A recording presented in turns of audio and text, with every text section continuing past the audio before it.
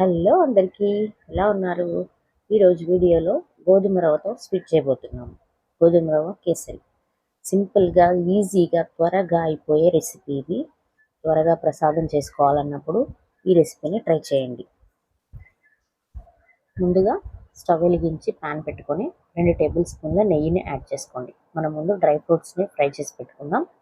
So నెయ్యి add చేసుకొని కొద్దిగా జీడిపప్పు, బాదం పప్పు వేసుకొని ఫ్రై చేసుకోండి. ఇవి కొంచెం కలర్ చేంజ్ అయిన తర్వాత కొద్దిగా కిస్మిస్ని కూడా యాడ్ చేసుకోండి. ఇవి వేగిపోయినాయి కదా, ఇప్పుడు వీటిని సపరేట్గా ఒక ప్లేట్లోకి తీసి పెట్టుకుందాం. మళ్ళీ అదే ప్యాన్లోకి 1 కప్ వరకు గోధుమ రవ్వను యాడ్ చేసుకోండి. ఈ రవ్వని కొద్దిగా లైట్ గోల్డెన్ బ్రౌన్ కలర్ వచ్చేంత వరకు ఈ నెయ్యిలో ఫ్రై చేసుకోండి. రవ్వని బాగా కలుపుతూ ఉండండి. కలుపుతూ కొంచెం కలర్ చేంజ్ అయ్యేంత వరకు ఫ్రై చేస్తూ ఉండండి. రవ్వ బాగా ఫ్రై అయిపోయింది కదా, ఇప్పుడు దీన్ని సపరేట్గా ఒక ప్లేట్లోకి తీసుకొని పెట్టుకుందాం. ఇప్పుడు మళ్ళీ అదే ప్యాన్లోకి 1 కప్పుకి 4 కప్పులు వాటర్ పోసుకోవాలి. ఈ వాటర్ని బాగా బాయిల్ చేసుకోండి. ఈ వాటర్ బాయిల్ అయ్యే లోపల మనం బెల్లం కరగబెట్టుకుందాం. నేను ఇప్పుడు కప్పు రవ్వకి 1 కప్పు బెల్లంని యాడ్ చేస్తున్నాను. కరెక్ట్గా స్వీట్ సరిపోతుంది. ఒకవేళ మీరు స్వీట్ ఎక్కువగా తినేవాళ్ళైతే ఇంకొక పావు కప్ ఎక్స్ట్రాగా యాడ్ చేసుకోవచ్చు. బట్ నార్మల్గా రెగ్యులర్గా తినే వాళ్ళకైతే ఈ స్వీట్ కరెక్ట్గా ఉంటుంది. ఇప్పుడు ఈ బెల్లాన్ని బాగా కరగబెట్టుకుందాము.